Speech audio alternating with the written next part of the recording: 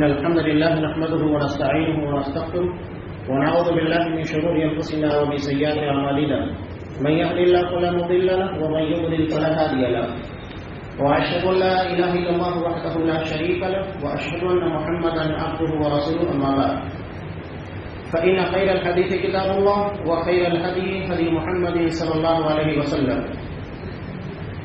وشر الأمور محدثاتها وكل محدثة بدعة وكل بدعة ضلالة وكل ضلالة في النار.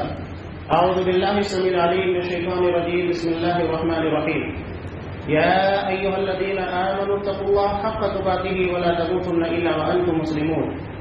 يا أيها الناس اتقوا ربكم الذي خلقكم من نفس واحدة وخلق منها زوجها وبث منهما رجالا كثيرا ونساء واتقوا الله الذي تساءلون به والأرحام إن الله كان عليكم رقيبا.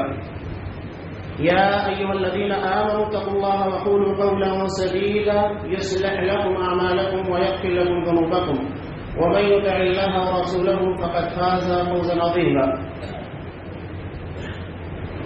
وعن أبي هريرة رضي الله تعالى عنه قال كان رسول الله صلى الله عليه وسلم يسكت بين التكبير وبين القراءة إسكاتة.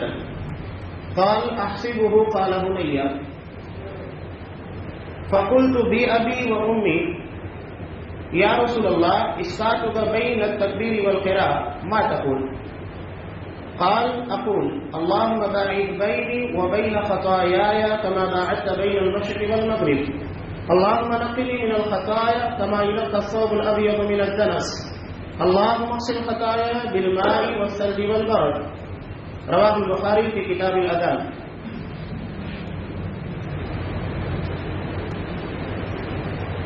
تمام قسم کی تعریفات اللہ رب العالمین وحدہ لا شریک للہ ذبح ہے جو ساری کائنات کا تنہا خالق و مالک ہے، اور بے شمار درود و سلام ہو اللہ کے آخری نبی جناب کریم محمد رسول اللہ صلی اللہ علیہ وسلم کی ذات مقدسہ پر. محترم سامعین، عزیز ماں بہنوں، نبی کریم صلی اللہ علیہ وسلم سے تکبیر تحریمہ اور قرات کے درمیان 3 دعائیں ثابت ہیں. اس میں سے ایک دعا جو میں بھی آپ کے سامنے پیش کی، مشہور دعا، جسے امام بخاری رحمۃ اللہ علیہ نے کتاب الاذان میں حضرت ابو ہریرہ رضی اللہ تعالی عنہ سے روایت کیا.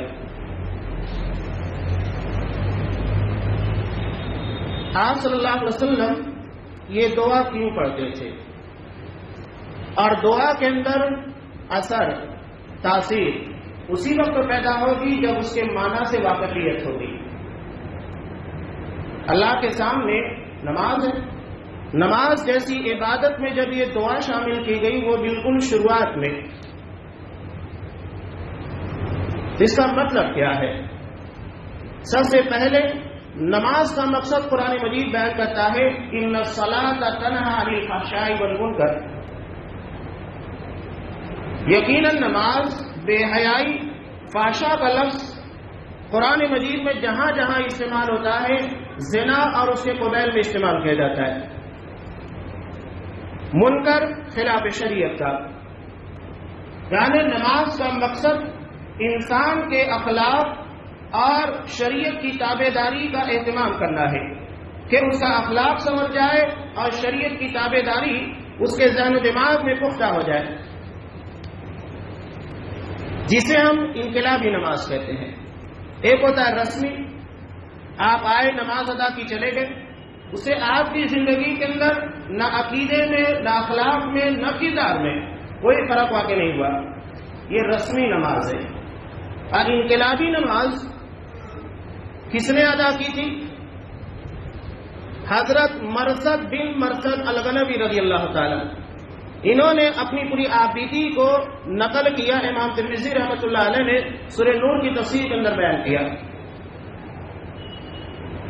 اختصاراً کہ یہ لوگوں کے گھروں کے اندر ڈاکے ڈالتے، ان کے جانوروں کو اپنے کاندھے پر لاتے، باڑے پھاند کر نکل جاتے. ایک مرتبہ رات کے وقت ایک مسلمان کے گھر تہجد کے وقت جب بالکل گہری نیند کا غلبہ ہوتا ہے پہنچے، حیران ہو گئے کہ ایسا وقت جہاں لوگ خواب خرگوش میں سوتے ہیں یہ گھر بیدار کیوں، یہاں سے کیا آواز آ رہی ہے؟ غور سے سننے لگے، قرآن مجید کی آواز تھی، کبھی سنا نہیں تھا۔ اللہ نے ڈاکو کو رکھوالا بنا دیا۔ یہ عمل کی تاثیر ہوتی ہے، حالانکہ نہ اس کو سمجھایا گیا، نہ اس غرض سے نماز تہجد ادا کی جا رہی تھی، نہ قرآن مجید کی تلاوت کی جا رہی تھی، لیکن اللہ نے اس کو ذریعہ بنایا۔ کردار و عمل کی تاثیر بہت زبردست ہوتی ہے۔ ابھی شیخ فاروق عمری حفظ اللہ آئے تھے، ایک واقعہ بیان کیا۔ وہ کہتے ہیں کہ ایک مسلمان جو نیا بالکل ہوا تھا، ڈاکٹر تھا، اسے سوال ہوا کہ آپ مسلمان کیوں ہوئے؟ آپ کا ٹرننگ پوائنٹ کیا تھا؟ کس وجہ سے مسلمان ہوئے؟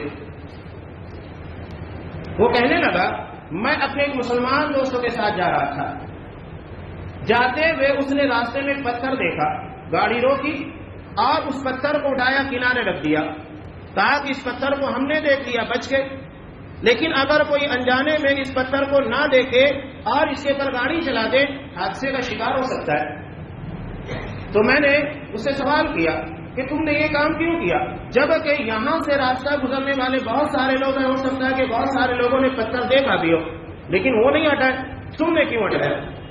تو وہ کہنے لگا یہ میرے نبی کا فرمان ہے، اماطۃ الاذی عن الطریق، راستے سے تکلیف دہ چیز کو ہٹا دینا یہ ہمارے ایمان کی ادنا شاخ ہے۔ بات اس وقت آئی گئی ہوگی، لیکن ڈاکٹر کے ذہن و دماغ کے اندر تھی۔ وہ اسٹڈی کرنے لگا، وہ حیران ہو گیا کہ اسلام میں اتنی چھوٹی چھوٹی چیزوں کے بارے میں احکامات موجود ہے، اس سے گریٹ اور اس سے عظیم دین کوئی نہیں ہو سکتا، اور یہی اس کے مسلمان ہونے کی وجہ تھی۔ لا تحقرن من المعروف شیئا، کسی نیکی کو معمولی نہیں سمجھنا چاہیے، کس نیکی کے بدلے کس کو ہدایت ملے، کس کو جنت ملے، یہ اللہ بہتر جانتا ہے، وہ بہانے تلاشتا ہے۔ امام بخاری رحمۃ اللہ علیہ نے جو روایت نقل کی کہ ایک آدمی راستے سے گزر رہا تھا، ایک شاخ تھی جو آنے جانے والوں کو تکلیف دے رہی تھی، توڑ دیا کہ آنے جانے والے لوگوں کو تکلیف نہ دے۔ اللہ نے صرف اسی عمل کی بنیاد پر اس کو جنت میں داخلہ دیا، کوئی نیکی نہیں تھی۔ تو اللہ بہانے تلاش کرتا ہے اپنے بندوں کی مغفرت کے۔ تو یہ آپ صلی اللہ علیہ وسلم اہتمام کرتے تھے، اور اہتمام کی وجہ کیا ہے؟ نماز جیسی عبادت میں بنیاد اور شروعات عظیم دعا سے ہونی چاہیے، اور نماز انقلابی بن جائے۔ حضرت مرثد بن مرثد الغنوی رضی اللہ تعالیٰ عنہ کہتے ہیں جب میں وہاں گیا، قرآن مجید سنا، دل لے بیٹھا، سیدھا نبی کریم صلی اللہ علیہ وسلم کے پاس مدینہ پہنچا، اسلام لے کر آ گیا۔ اسلام ادا کرنے کے بعد نماز ادا کی، نماز ادا کرنے کے بعد آپ صلی اللہ علیہ وسلم سے سوال کیا کہ اللہ کے رسول بتائیے مجھ کو کرنا کیا ہے۔ ایک نماز ادا کی، ذہن و دماغ کے اندر یہ فکر غالب آ گئی، حلال و حرام اور صحیح غلط کی تمیز پیدا ہو گئی۔ آپ صلی اللہ علیہ وسلم نے پوچھا پہلے کیا کرتے تھے؟ ڈاکے ڈالتا تھا۔ کہا کہ وہی کام کروں؟ کہا کہ اللہ کے رسول ڈاکے ڈالوں؟ کہا کہ ہاں، پہلے یہ غلط چیزوں کے لیے استعمال کرتے تھے، اب یہ صحیح کام کے لیے استعمال کرنا ہے۔ صلاحیتوں کے پر آپ صلی اللہ علیہ وسلم نے پابندیاں نہیں لگائی، بس ان کا رخ صحیح جانب موڑ دیا۔ حضرت خالد بن ولید رضی اللہ تعالیٰ عنہ مسلمان ہوئے تو ایسا نہیں کہ تلوار ان کے ہاتھوں سے لے کر رکھ دی، کہا کہ نہیں، یہ پہلے کفروں کے لیے اٹھا کرتی تھی، اب اسلام کے لیے اٹھے گی۔ صلاحیتوں کے پر کوئی آپ صلی اللہ علیہ وسلم نے پابندی عائد نہیں کی۔ کہا کہ مکہ میں ہمارے کچھ مسلمان ساتھی ہیں، قید و بند کی حالت میں رکھا ہے، انہیں آزاد کرا کے لے کر آؤ۔ پورا واقعہ ہے۔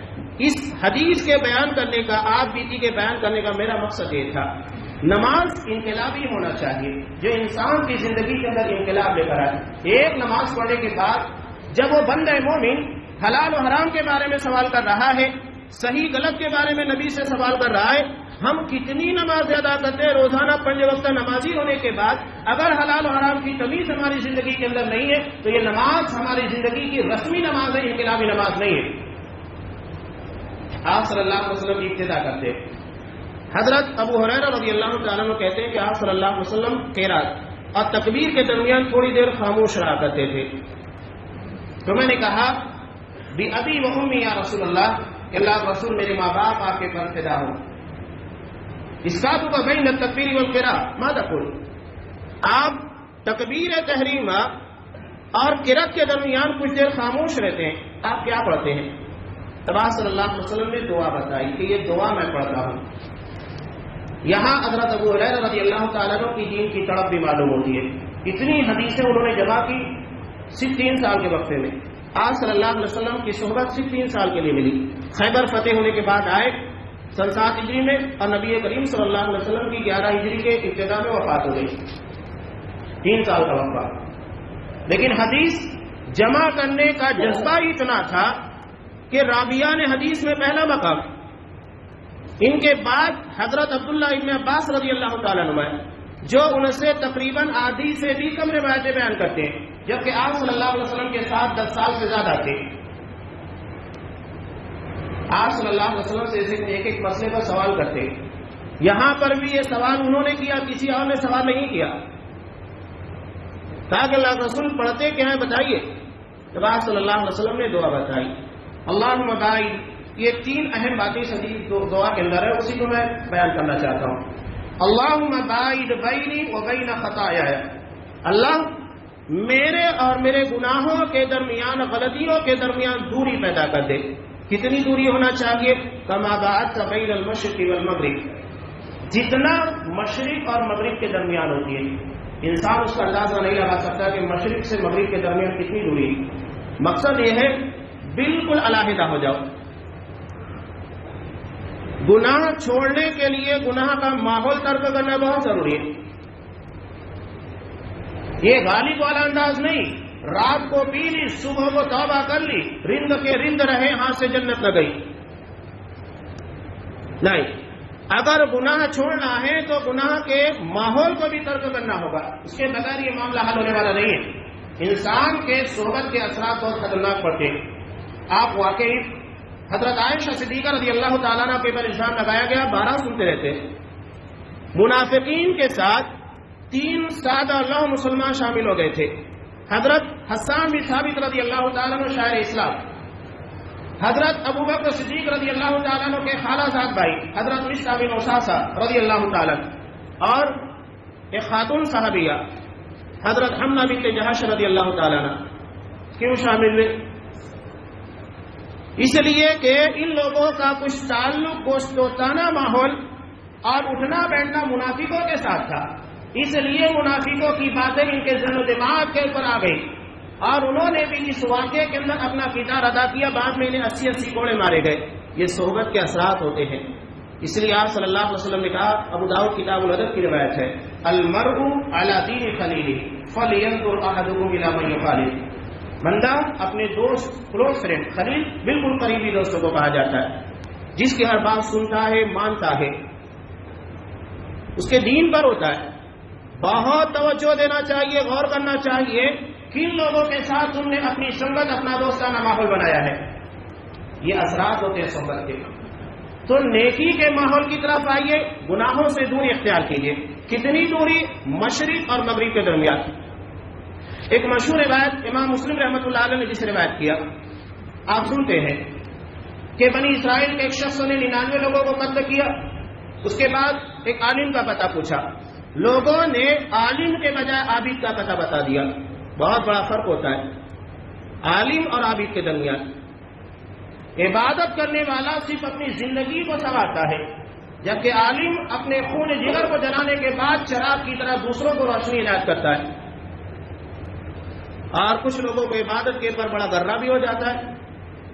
عام طور سے دیکھا جاتا ہے اپنی تقوی، اپنی طہارت، پاکیزگی کا روڈ دوسروں پر جھاڑنے لگتے. میں اتنا متقی، اتنا پارسا ہوں، ہوتا بھی ہے، اور دوسروں کو ذلت کی نگاہ سے دیکھنے لگتے.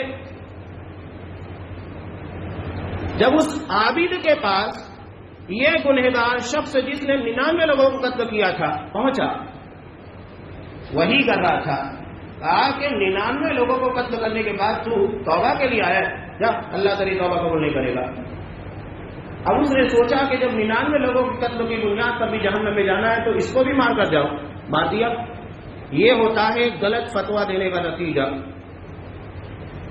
دین میں تفقہ نہیں ہوتا ہے، سوال صحیح طریقے سے سمجھ نہیں پاتے ہیں، جواب غلط ملتا ہے، خود بھی گمراہ ہوتے، دوسروں کی گمراہی کا سبب بنتے ہیں. آپ صلی اللہ علیہ وسلم نے قرب قیامت کی جو نشانی بتائی بخاری کی روایت میں، کہ ایسے جاہل مفتیان پیدا ہو جائیں گے جو بغیر علم کے فتوا دیں گے فضلوا اضلوا، خود بھی گمراہ ہوں گے اور دوسروں کو بھی گمراہی کے راستے کے پر لے کر جائیں گے، بغیر علم کے فتوا نہیں۔ آپ صلی اللہ علیہ وسلم، ابو داؤد کی روایت ہے کہ جب کچھ صحابہ ایک غزوے میں گئے، ایک صحابی کو رات میں پتھر لگا، انجرڈ ہو گیا سر، اور آپ کو پتا ہے کہ اگر زخم لگا ہوا ہے پانی لگنے کی وجہ سے انفیکشن ہو جاتا ہے۔ انہوں نے کہا کہ کیا میرے لیے کوئی رخصت ہے؟ جب وہ صبح جنبی ہو گئے تھے، غسل کی حاجت پیش آئی، انہوں نے کہا کہ نہیں، جب یہاں پانی موجود ہے اس کے بعد تمہیں کیوں تیمم کرنا چاہیے؟ اب وہ نہائے اور وہی ان کے لیے شہادت کا ذریعہ بن گیا۔ آپ صلی اللہ علیہ وسلم کے پاس جب یہ مسئلہ پیش ہوا، بہت سخت الفاظ میں کہا قتلوہ قتلہم اللہ، انہوں نے اسے مارا ہے، اللہ انہیں ہلاک کر دے۔ بار بار یہ جملہ کہہ رہے تھے۔ صحابہ کو یہ سننے کے بعد بڑی تکلیف ہوئی۔ آپ نے کہا کہ انما شفاء السؤال، کہ اگر تمہارے پاس علم نہیں تھا، دلیل نہیں تھی تو سوال کرنا چاہیے تھا، بغیر سوال کیے، بغیر دلیل طلب کیے تم نے کیوں اس مسئلے کو بیان کیا؟ نتیجہ بڑا خطرناک ہوتا ہے۔ اب ہوا یوں، 100 لوگوں کو قتل کیا، لیکن اللہ نے دل کے اندر توبہ کا جذبہ بیدار رکھا تھا۔ اس نے پھر پتہ پوچھا، اب عالم کا پتہ بتایا گیا۔ حقیقت میں عالم کون ہوتا ہے؟ جیسی دلیلوں بنا جانے، بلکہ غلطی خطا کرنے والے کے نفس کو بھی سمجھے، اس کا مزاج کیسا ہے۔ اگر یہ سب چیزیں نہیں آتی ہیں تو پھر بڑا مسئلہ پیدا ہوگا۔ انہوں نے کہا کہ دیکھو، اللہ اور تمہارے توبہ کے درمیان کون سی چیز ہے؟ توبہ کرو، اللہ تمہیں معاف کرے گا، لیکن ایک کام کرو، کہا کہ اس بستی کو چھوڑو، فلاں جگہ نیک لوگوں کی بستی ہے، وہاں جاؤ۔ یہ بات انہوں نے کیوں کہی؟ اس لیے کہ برے لوگوں کے درمیان رہو گے، وہی کام کرنے لگو گے جس سے تمہیں منع کیا گیا ہے۔ جو توبہ کرنے کے لیے جا رہے ہو، توبہ کرنے کے بعد اسی ماحول میں رہو گے، وہی کام کرو گے، کوئی فائدہ نہیں توبہ کرنے کا۔ اگر گندے پانی سے کپڑا دھویا جائے تو آپ 100 مرتبہ بھی دھوئیں گے، وہ گندا ہی رہے گا، جب تک کہ اسے صاف پانی سے اسے علیحدہ کر کے نہ دھویا جائے۔ اب وہ نکلا، آپ کو پتا ہے کہ بیچ میں موت واقع ہوئی، اللہ نے فرشتوں کو بھیجا، بہرحال وہ نیک لوگوں کی بستی کے ایک ذرا قریب تھا، اللہ نے اسی کے حق میں اس کے لیے فیصلہ کر دیا، یعنی جن لوگوں کی طرف اس کی قربت تھی اللہ نے فیصلہ اسی بنیاد کے پر کیا۔ یہ اللہم باعد بینی و بین خطایایا، اس کا مفہوم ہے گناہوں سے، گناہ کے ماحول سے دوری، اجتناب ہونا بہت ضروری ہے، ورنہ کبھی بھی توبہ اپنا اثر نہیں دکھا سکتا ہے، بلکہ توبہ کرنے کے بعد انسان وہی کرے گا جس سے پہلے رکنے کی کوشش کر رہا تھا۔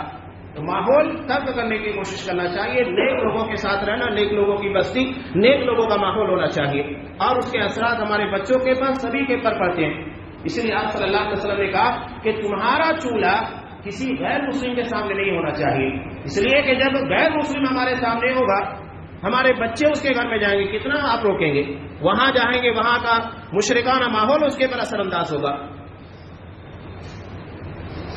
یہاں پر یہ بات کہنے کے بعد آپ نے دوسرا جملہ جو استعمال کیا، اللہم اغسل خطایایا بالماء، اللہم نقنی من الخطایا کما ینقی الثوب الابیض من الدنس، کہ اللہ میرے گناہوں کو ایسے دھو جیسا کہ سفید کپڑا دھویا جاتا ہے گندگی اور میل کچیل سے۔ یہاں ایک مثال آپ صلی اللہ علیہ وسلم نے دی سفید کپڑے کی، اور ابو داؤد کی روایت میں بھی ہے البسوا من ثیابکم البیاض، کہ سفید کپڑے استعمال کیا کرو، یہ تمہارا سب سے بہتر کپڑا ہے، وَقَفِّنُوا فِيهَا مَوْتَاكُمْ، اور اسی میں اپنے مردوں کو کفن بھی دینا چاہیے۔ یہ دراصل ایک نفسیاتی چیز ہے۔ انسان اگر کوئی گہرے کلر کا کپڑا پہنتا ہے، کچھ اس کے پر گندگی لگ جائے برداشت ہو جاتی ہے، گندا بھی ہوتا ہے، چلتا ہے، لیکن سفید کپڑا یہ معمولی سی گندگی کو فوراً ظاہر کرتا ہے، اور انسان اس کے پر نظر رکھتا ہے۔ آپ نہیں دیکھیں گے کوئی دوسرا کہے گا کہ آپ کے کپڑے کے پر کچھ گندگی لگی ہوئی ہے، تو بندہ کیا کرتا ہے؟ اسے صاف کرنے کا اہتمام کرتا ہے۔ قرآن مجید ایک بہت پیاری بات کہتا ہے، ان اللہ یحب التوابین ویحب المتطہرین، اللہ بہت زیادہ توبہ کرنے والوں کو اور بہت زیادہ پاکیزگی اختیار کرنے والوں سے محبت کرتا ہے۔ توبہ یہ ہمارے دل کی پاکیزگی، صفائی کا اہتمام کرنے کا ذریعہ ہے، اور طہارت یہ ہماری ظاہری پاکیزگی کا ذریعہ ہے۔ علامہ ابن قیم رحمۃ اللہ علیہ کہتے ہیں کہ توبہ گناہوں کا صابن ہے، جس طرح ظاہری اعتبار سے ہم اپنے جسم ہمارے کپڑوں کو دھونے کے لیے صابن استعمال کرتے ہیں، اللہ نے ہمارے باطن کے پر دل کے پر لگنے والے داغ اور دھبوں کی صفائی کے اہتمام کے لیے توبہ کا صابن اتارا ہے، اس سے ہمارے دل کے میل کچیل صاف ہوتے ہیں۔ ایک بہت پیاری حدیث جسے امام ترمذی رحمۃ اللہ علیہ نے کتاب التفسیر میں نقل کیا، حضرت ابو ہریرہ رضی اللہ تعالیٰ عنہ سے، آج صلی اللہ علیہ وسلم نے کہا کہ ان العبد اذا اخطا خطیئۃ نکتت فی قلبہ نقطۃ سوداء، بندہ جب بھی کوئی خطا کوئی غلطی کرتا ہے اس کے دل کے پر ایک کالا دھبا لگا دیا جاتا ہے، لیکن فإذا هو نزع واستغفر وتاب سقل قلبه، اگر بندہ ہوش مند ہوتا ہے، اسے فکر ہوتی ہے اپنے کپڑے کے پر لگی ہوئی گندگی کی صفائی کی، تو کیا کرتا ہے اس گندگی کو صاف کرنے کے لیے جو کہ اس کے دل کے پر گناہ کی شکل میں لگی ہوئی ہے، تو کیا کرتا ہے تاب واستغفر، وہ توبہ کرتا ہے اور اللہ سے مغفرت طلب کرتا ہے۔ توبہ اور استغفار دونوں ایک دوسرے سے جڑی ہوئی چیزیں ہیں، اس لیے کہ توبہ کہتے ہیں یو ٹرن، غلط راستے سے صحیح راستے کی طرف آنا، اور استغفار کہتے ہیں اپنی غلطی کا اعتراف کرنا۔ بندہ جب تک غلطی مانے گا نہیں کہ ہاں میں غلط ٹریک کے پر غلط راستے کے پر جا رہا تھا، تو صحیح راستے پر آئے گا کہاں سے؟ تو استغفار یہ اسے صحیح راستے کے پر لانے کا ذریعہ ہے، بنیاد ہے۔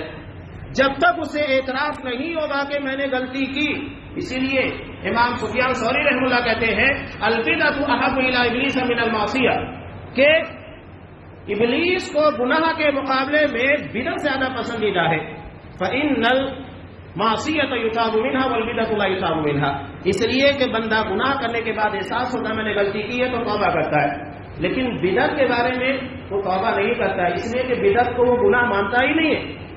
جتنی بدعتیں کی جا رہی ہے شب برات کے نام کے پر یا اور بہت ساری بدعت جو کی جاتی ہیں جن کا اسلام میں کوئی وجود ہے ہی نہیں، چاہے وہ عید میلاد کی گئی ہے، ان سے کبھی توبہ نہیں ہوگی اور بدعتی کو کبھی توبہ کی توفیق نہیں ہوتی ہے، اس لیے کہ اسے گناہ مانتا ہی نہیں ہے۔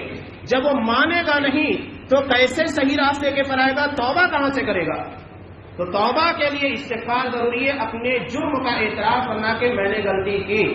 تو بندہ کیا کرتا ہے واستغفر وتاب، فوراً اعتراف کرتا ہے کہ میرے پروردگار میں نے غلطی کی، اور اس کے بعد یو ٹرن لیتا ہے صحیح راستے کی طرف، تو کیا ہوتا ہے سکیل قلبہ، اس کے دل کو چمکا دیا جاتا ہے، فریش کر دیا جاتا ہے۔ ہماری گاڑیاں ہیں، اس کے بعد اگر داغ دھبے لگے ہم نے اس کو صاف کر دیا، شائننگ پھر سے لوٹ آتی ہے، لیکن اگر چھوڑتے جائیں پوری گاڑی ستیہ ناش ہو جاتی ہے۔ تو ایسے ہی ہمارا دل خراب ہو جاتا ہے گناہوں کے دھبوں کی بنیاد کے پر، لیکن اگر بندہ اس کا اہتمام نہیں کرتا ہے وَإِنْ عَادَ زِيدَ فِيهَا، بار بار گناہ کے پر گناہ کرتے جاتا ہے تو یہ دھبے بڑھتے جاتے ہیں حتیٰ تعلو قلبہ، یہاں تک کہ اس کے پورے دل کے پر چھا جاتے ہیں، اور ایک وقت یہ آتا ہے کہ اللہ اس دل کو سیل کر دیتا ہے کہ اب یہ ہدایت کے قابل نہیں ہے، اس کو ہدایت نہیں ملنا چاہیے۔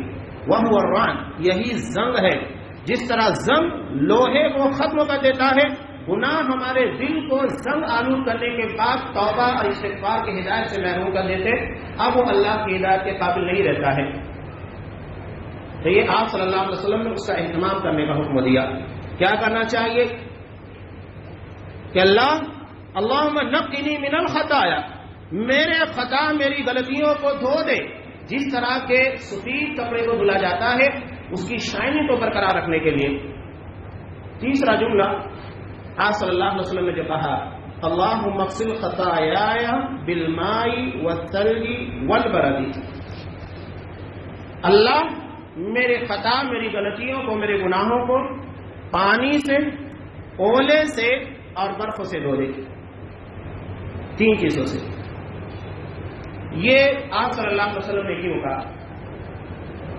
گناہ کی تاثیر گرم ہوتی ہے، اگر انسان کا دل باقی بیدار ہے اللہ کا خوف اس میں ہوتا ہے، گناہ کرنے کے بعد پسینے چھوٹ جاتے ہیں، سخت سردی کے عالم میں بھی اگر احساس زندہ ہے اور احساس زندہ نہیں ہے تو پھر ہم دیکھتے ہیں کہ بھنگی دن رات گندگیوں کے اندر رہتا ہے، اسے احساس نہیں ہوتا ہے۔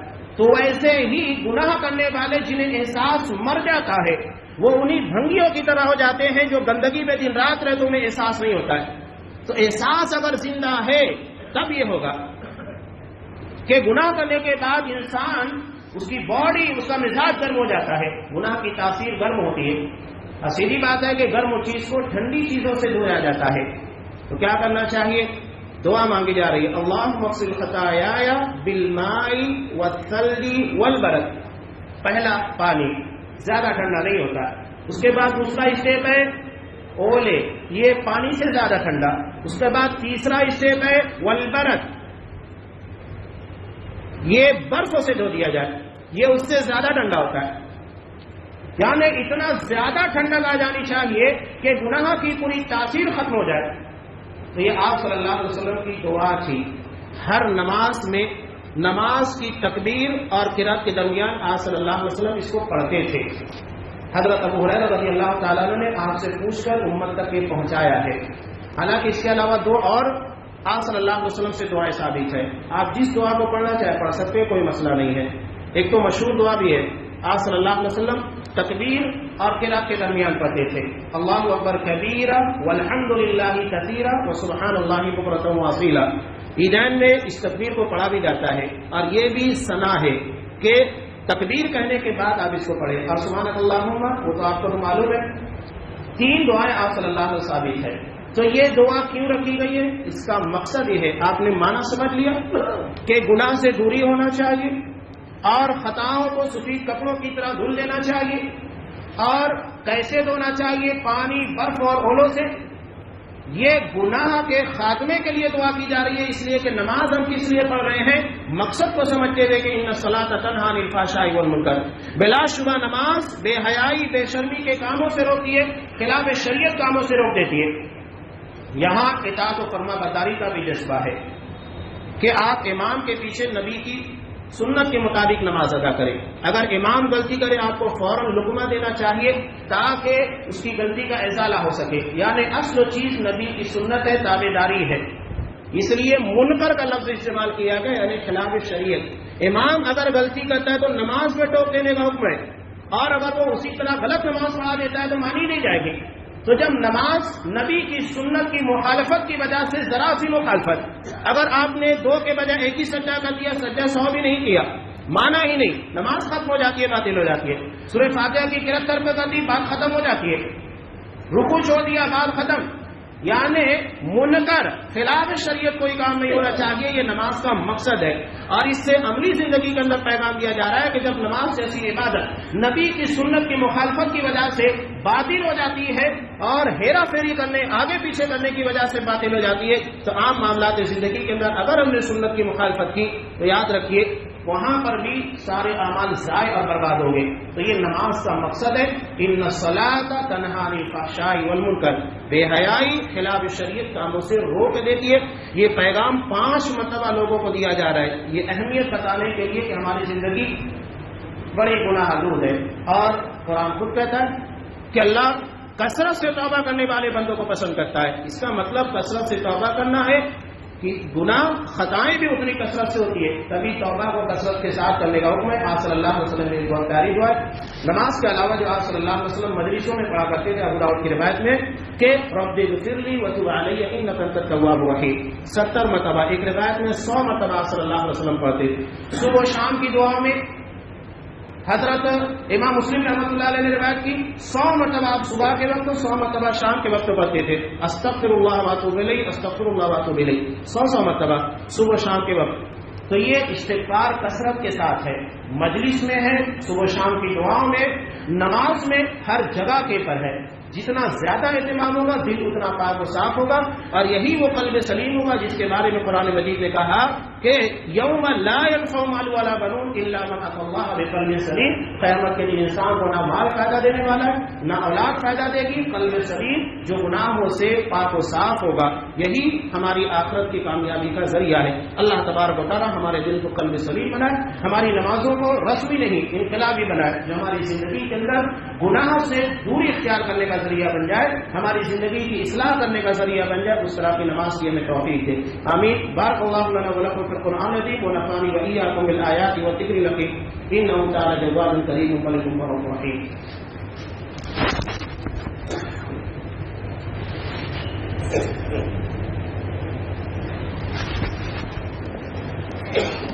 إن الحمد لله نحمده ونستعينه ونستغفره ونعوذ بالله من شرور أنفسنا ومن سيئات أعمالنا من يهد الله فلا مضل له ومن يضلل فلا هادي له واشهد ان لا اله الا الله وحده لا شريك له واشهد ان محمدا عبده ورسوله اما بعد فان خير الحديث كتاب الله وخير الهدي هدي محمد صلى الله عليه وسلم وشر الامور محدثاتها وكل محدثه بدعه وكل بدعه ضلاله وكل ضلاله في النار.